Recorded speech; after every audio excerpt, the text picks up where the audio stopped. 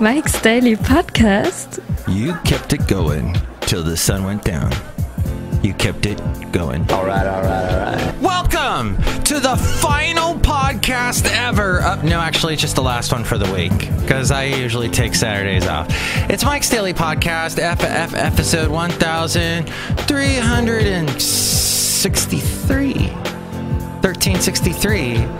Broadcasting from Mike's Daily Podcast, Café Anyway, located somewhere in Castro Village. Whoops, I meant 1362. Mike's Daily Podcast 1362. Can we talk about something that I found out on a fact-finding mission as I walked around and moved around my position in Castro Valley? I noticed something, and that is we've got a lot of homeless people.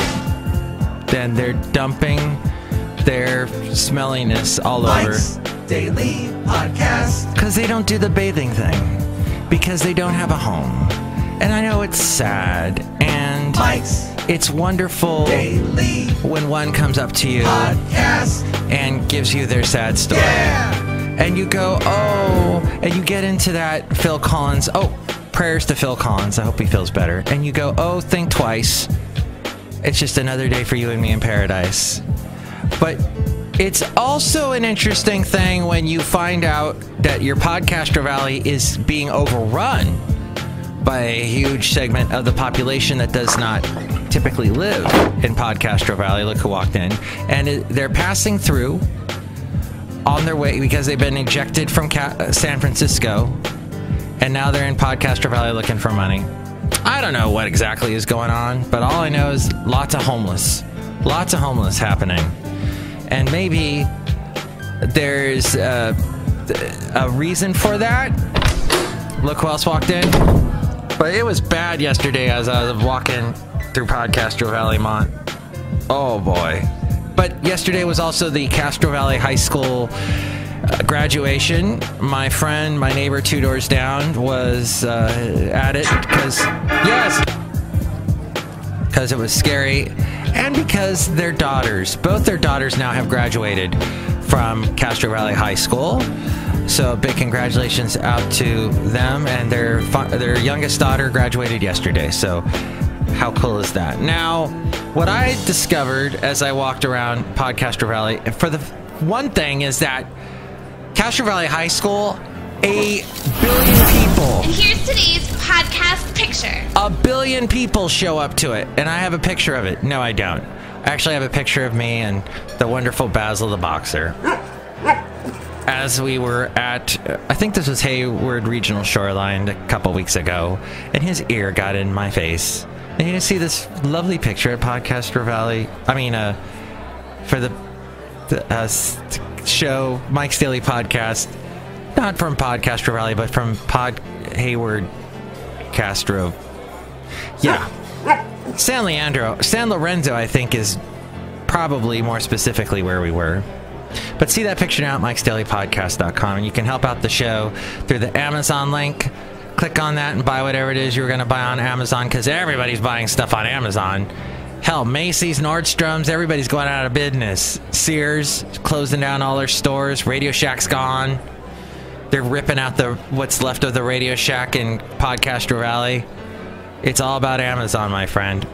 So you can, if you're going to do any shopping, please go through my website first at mikesdailypodcast.com, and you can see all the past podcast pictures, hear past interviews, hear shows, and there's the PayPal too. If you'd like to donate to the show, you'll become a special inglorious Mike's Daily Podcaster and get a special MP3 for thee from all the Café Anyway characters. Oh, I guess a bunch walked in as I was talking. Let's say hi to them. Hi, Mark. How are y'all doing? It's Benita the Rodeo Queen. And to Disgruntled Fiddle Player, tell you what. What? Comey is a leaker. He's a leaker, huh? Because he leaked information to someone. Actually, it's funny, because is it a leak when you're like traumatized? Because some caller called in to C-SPAN. You know, I love watching that show where they talk about all the political things happening that day on C-SPAN in the morning. No commercials. It's wonderful. and somebody called in and said, Comey was acting like a little girl. I mean, Trump was trying to talk to him, and he went scared, running scared to his best friend at Columbia Law University, and well, there's wow.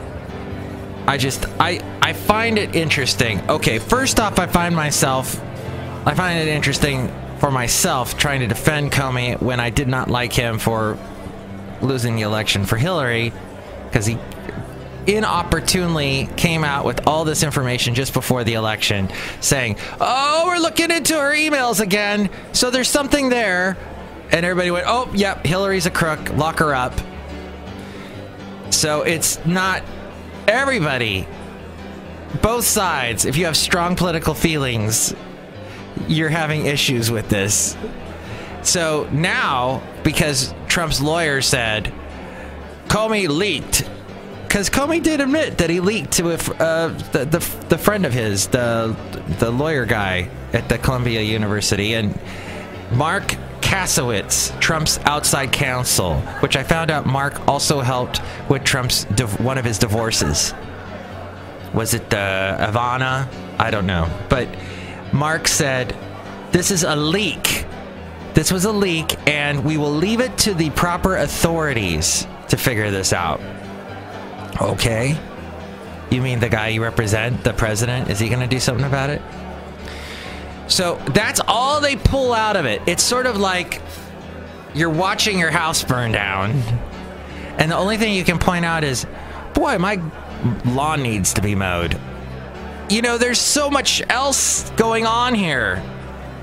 And I understand, okay, so I'm calling this show today, we called the last show Honesty, or Honest? Honest.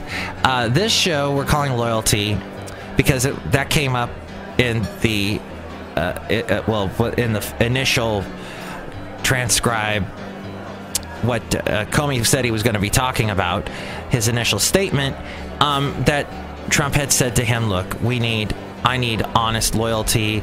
Well, apparently now Marc Kasowitz says Trump never said that that's all made up, that Comey's a liar.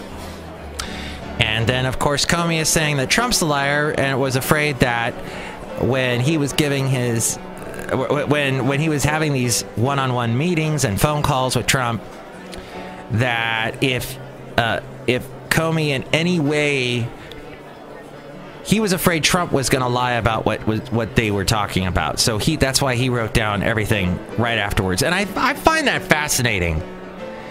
That shows, I think that's a tip for all of us. Maybe that's helpful advice to all of us, that we should write stuff down. I think the art of writing stuff down has disappeared. And now it's so easy to write stuff down, you're not even writing. You're dictating to your smartphone, and it's writing it down for you. Of course, it'll get some of the words wrong here and there, but whatever. And it's so prevalent now in today's world. But Comey wrote stuff down to keep keep it grounded, and to have it based in something that so he could go back to. But this was fascinating. Did you know yesterday, and I was watching, as I was watching, I caught the end of the Comey hearing, and I went on Trump's Twitter like a total journalist to see what Trump would say while the hearing was going on. He said nothing. And it is confirmed now, it was the longest time Trump was off of Twitter since he began his campaign back in 2015. It's been that long ago. Well, they said there was one other time that may have been a little bit longer, but this was right up there with the top two. So somebody called into the C-SPAN and also said that Comey looked like he was on drugs. How can you even surmise that? If anything, that guy, I wish I was as clear as that guy. That guy had every fact in his head. The stuff, there was some only minor things he couldn't access in his back of his brain. But I mean, they're throwing him. There's all these politicians, Republicans and Democrats, throwing all these questions at him. How he was able to remember stuff. So Marc Kasowitz saying that his client Trump says that Comey is lying about the loyalty part. Yet everybody defending Trump is going, well, Comey sure wasn't loyal to Trump, even though Trump wanted him to be loyal and told him he should be loyal. Because look, he went and he leaked. He leaked to his friend. He leaked to the media. He told the guy, the way I see it is he told the guy because he didn't know what the hell to do. He's also, are you going to say when he was talking to all the people in the FBI about, hey, this is what happened. This is what Trump was saying. Is that also a leak? So anyway, that's Café Anyway. That's all I wanted to say about that.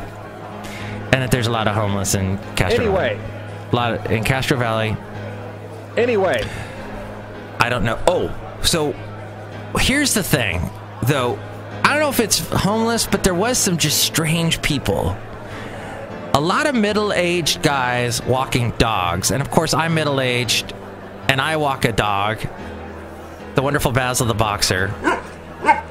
So in a sense, it was like looking at a mirror. But I do have to say, these guys were, like, I said hi to one guy and he just like turned away from me. Like I just called him a bad name. I don't know what I did. I'm like, okay. It's one of those type of situations where you go hi and the person just ignores you and you kind of look at your friend and go, okay, what was that about? And then this other guy, he brings 3 dogs to the downtown area in Castro Valley. It's called the Castro Village. And he has them tied up to a table. And of course, any dog that comes by, they're going to bark at. So they're barking at Basil. And he's just smoking his cigarette. It's like, I'm going to walk my dogs to the Starbucks in Castro Valley so I can smoke. Those are my activities for today. Did I do that? Yes. Check it off the list. Did I call Comey a leaker? Yep. Check it off the list.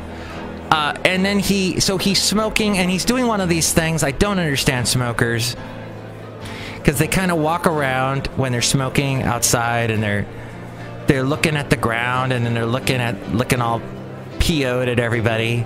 And then they do that spit thing. The spit. So they're just basically saying, I'm just about to pull down my pants and do something crazy because I'm already at that disgusting point. Why are you...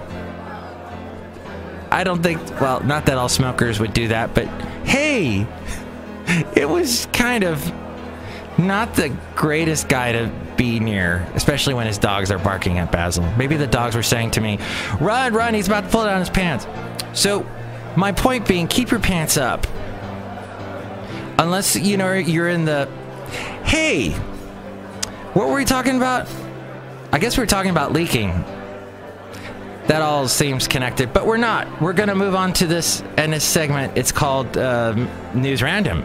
News Random. When you are a man, sometimes you wear stretchy pants. I feel as if the show went in a really strange direction just then. But speaking of people calling people leakers, Donald Trump called James Comey a leaker today actually, the day after his former FBI director accused him in a U.S. Senate hearing of lying and trying to quash an investigation into former National Security Advisor Michael Flynn. And he tweeted this in his first comment since Comey appeared before the Senate Intelligence Committee yesterday. Despite so many false statements and lies, total and complete vindication, and wow, Comey is a leaker. Trump broke his silence on Comey's testimony with a single tweet that echoed the points made by his private lawyer after the hearing. Marc Kasowitz. Trump himself was not under investigation, and Comey gave an account of his conversation with him to a lawyer friend who shared it with a news outlet. Okay, that's how it went. The Republican president stopped short of saying that Comey lied under oath at the hearing, which occurred a month after Trump fired him on May 9th. In his public testimony, Comey did not disclose any links between Trump advisors and alleged Russian attempts to meddle in the 2016 U.S. presidential election. So that is in one area where he has won, Trump. And Michael Medved, who I was listening to yesterday, a conservative talk show host, was saying, hey, he should have just left it alone. But why did he have his lawyer have to go and... Comey's a leaker! Look, he needs to be thrown in jail. Meanwhile, someone who has been thrown in jail, the alleged NSA leaker by the name of Reality Lee Winner, the 25-year-old, the intelligence industry contractor, accused of giving journalists a top-secret report about Russian interference in the U.S. election, pleaded not guilty in court yesterday as federal prosecutors suggested that she may have had plans to leak more classified information. She pleaded not guilty to one count of willful retention and transmission of national defense information during a detention hearing in Augusta, Georgia, yesterday. She was denied bail. Pending trial, she said nothing as she was led away in shackles in an orange jumpsuit. Assistant U.S. Attorney Jennifer Solari said in court that Winner admitted she had leaked the top secret document and that she had to a particular news agency that she admired and said she was underwhelmed with what WikiLeaks had to offer. And apparently Winner also said she couldn't understand why this document hadn't been leaked already. So she doesn't like WikiLeaks. I don't like WikiLeaks either, but this guy does. WikiLeaks! I love WikiLeaks! In the dramatic hearing, Solari argued that Winner should not be released on bail and that she was not simply an Air Force veteran and yoga instructor caught up in a horrible mistake, but someone who had taken definite steps to disclose classified information. Don't attack the yoga instructor. Meanwhile, this is some big news that I've kind of buried, and that is Theresa May did not win yesterday. The Brexiteers bought back. The Conservatives stay the party of the government, but a small margin of victory means the election result forces them to rethink their Brexit strategy. Labour Party leader Jeremy Corbyn defied the forecasts and his critics to win power. Keith Keir Starmer is charged with negotiating Brexit and immediately ripped up May's plans. In their place, he signed up to a soft Brexit, prioritizing membership of the single market and customs union. The new government also reverses May's view that no deal is better than a bad deal, and the conciliatory approach prompts the EU to delay the leaving date. And Japan, apparently, their parliament has cleared the way for Emperor Akihito to abdicate by passing a landmark one-off bill. The 83-year-old said last year that his age and health were making it hard for him to fulfill his official duties. But there was no provision under existing law for him to stand down. He is now expected to abdicate in 2018, the first Japanese emperor to do so since 1817. He will be succeeded by Crown Prince Naruhito. The bill passed its first hurdle in May when it was approved by the cabinet. The new law says that on abdication, the emperor's 57-year-old son, Naruhito, will immediately take the chrysanthemum throne, but that neither he nor his successors would be allowed to abdicate under the same rule. And finally, Apple. Again, we've been talking about them a lot. It's been a big week. They had their big conference and everything, but now sharing Wi-Fi password with a friend when they come over. Oh God, don't you hate that? Hey, what's your password? It's 95599559599905Q. Is one of the minor trials of modern life after your devices are already configured, so why should you have the exact alphanumeric stream of random capitals memorized to hand out at the drop of a hat? Apple appears to be solving this problem in the new iOS 11, according to a report from 925 Mac. It notes that the upcoming iOS update includes a new Wi-Fi sharing feature that should save you from digging behind your couch to find out what the password on your router actually is.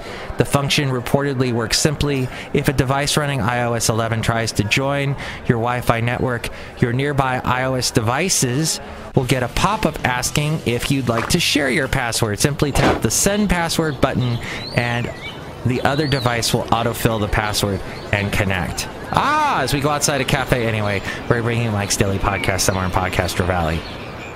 Now, what if you accidentally share that with the Russians? And then you get hacked like Britney Spears apparently did. I don't know. Well, oh my God, we've been going on for 20 minutes. I hope I didn't offend you too much as I was bashing the Castro Valley homeless. I don't ever want to be homeless. I know one thing, if I was homeless, I would get the hell out of Castro Valley and get out of the Bay Area and go somewhere where I could stay on someone's couch and not be, work my way to try and find money for rent and that kind of thing. But yes, there's all these, they say homeless people have a lot of mental and physical issues, so if I did not have all my faculties, who knows? But maybe that'll explain today's show. Thank you for being loyal and listening to it. But next show, we're going to have the return of the one. We didn't even say hi to the Brewmaster. Did you want to say anything, Brewmaster? No, I'm good. Oh boy. All right. Delicious root beer? Yeah, okay. One for the road. Delicious root beer for the road. And enjoy your weekend as you enjoy this root beer. I'm going to try and do one on Sunday. And so next show, we will have Madame Rootabega, Valentino, and Bison Bentley. Mike's Daily Podcast is written and produced and performed by Mike Matthews. His podcast is super easy to find. Download or listen to his show and read his blog at mikesdailypodcast.com. Email Mike now at mikesdailypodcast@gmail.com. See you tomorrow. Bye!